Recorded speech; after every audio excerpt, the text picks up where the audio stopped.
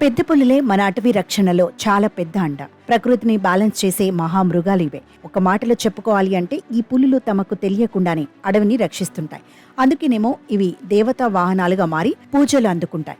ఇవాళ స్థితిని బట్టి నిత్యం అడవులు ధ్వంసమవుతుండటం వల్ల వీటి సంఖ్య తగ్గిపోతుంది.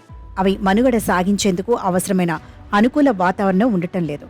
క్రమంగా ఇవి అంతరించిపోయే పరిస్థితి వచ్చేసింది. ఈ ప్రమాదం గుర్తించిన ప్రపంచ దేశాలు వీటిని కాపాడే దిశగా చర్యలు తీసుకోవడంతో పాటు వాటి సంఖ్య పెంచాలనే ఉద్దేశంతో వీటి అస్తిత్వం కోసం ఏటా జూలై 29వ తేదీ నాడు వీటి దినోత్సవం నిర్వహిస్తూ వస్తున్నారు. పెద్ద పులుల గురించి చాలా మందికి చాలా విషయాలు తెలియవు. అసలు వీటిని బిగ్ క్యాట్ అని కూడా పిలుస్తారు. ఈ బిగ్ క్యాట్ జీవజాతిలో అతి పెద్దది పులి. పెద్ద పులుల బరువు అంటే 10 ఏళ్ల వయసుండే పులి బరువు 363 కిలోలు ఉంటుంది. తోక నుంచి తల వరకు 11 అడుగులు పొడవు ఉంటుంది. భారత్లోని బెంగాల్ టైగర్ బరువు 250 కిలోలు, పొడవు 10 అడుగులు. మీకో విచిత్రం తెలుసా? అన్ని పులుల గాండ్రింపు ఒకేలా ఉండదు. అవి ప్రత్యేకమైన సౌండ్స్తో కమ్యూనికేట్ అవుతుంటాయి. పులులు అంత గంభీరంగా కనిపిస్తాయి, కానీ వాటికి సిగ్గెక్కువ. వేటాడే సమయంలో తప్ప ఎప్పుడూ బయటకు రావు. ఎప్పుడూ ఎక్కడో దాక్కొని ఉంటాయి. ప్రకృతిలో తిరిగేందుకు పెద్దగా ఇష్టపడవు. మనుషుల కంటపడకుండా తిరిగేందుకు ప్రయత్నిస్తుంటాయి. విచిత్రం ఏమిటంటే పులులు చెట్లు ఎక్కగలవు, కానీ అవి చాలా అరుదుగా ఈ పని చేస్తుంటాయి. పులి పంజా చెట్టు ఎక్కి కొమ్మల్ని గట్టిగా పట్టుకునేందుకు వీలుగా ఉంటుంది. అయితే వయసు పెరిగే కొద్దీ వాటి బరువు పెరుగుతుంది. ఆ సమయంలో చెట్టు ఎక్కినా వాటి బరువుని అవి ఆపుకోలేవు.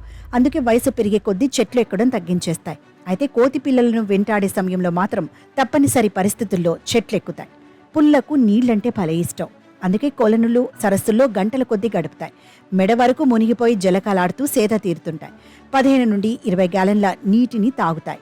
ఈత కొట్టడంలోనూ పులులు ది బెస్ట్. దుర్గాదేవి వాహనంపైన యుద్ధం చేసినట్లు దేవి భాగవతం, చండీ సప్తశతి వంటి గ్రంథాలు చెప్తున్నాయి. అయితే దుర్గామూర్తులు అనేక రూపాలలో వాహనాలతో ఉన్నవి తంత్ర పురాణాదుల్లో చెప్పబడ్డాయి. అటువంటి రూపాలలో ఒకటి వ్యాఘ్రవాహిని, అంటే పెద్ద పులిని వాహనంగా గల దేవి కూడా ఉంది. వింధ్యవాహినిగా విఖ్యాతమైన దేవి పులిపై కూర్చొని ఉంటుంది. మనుషులు నైట్ విజన్తో పోల్చి చూస్తే పులుల నైట్ విజన్ 5 నుండి 6 రెట్లు ఎక్కువగా ఉంటుంది. మనుషుల రెటీనా వెనుక ఉండే డార్క్ పిగ్మెంట్ సెల్స్ ఎక్కువ వెలుతుని గ్రహిస్తాయి. అదే పులుల విషయానికొస్తే రెటీనా వెనుక రిఫ్లెక్టివ్ టిష్యూ రాత్రిపూట వాటి కళ్ళు మరింత సమర్థంగా పనిచేసేలా తోడ్పడుతుంది. వాసనను గ్రహించడం ద్వారా ఓ పులి మరో పులి ఎక్కడుందో కనిపెట్టేస్తుంది. చెట్లపైన పులికి సంబంధించిన స్రవాలు అలాగే ఉండిపోతాయి. ఆ పరిమళాన్ని గ్రహించి పులి ఎక్కడుందో సులువుగా కనిపెడతాయి.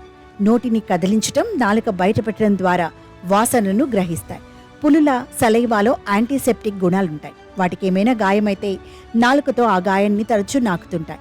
ఆ సలైవాలోని లైసోజైమ్ ఎంజైమ్స్ గాయం మానేలా చేస్తాయి. ఇంత గొప్ప పులుల్ని కాపాడుకోవడం ఇప్పుడు మనందరి ఏకైక ధర్మం.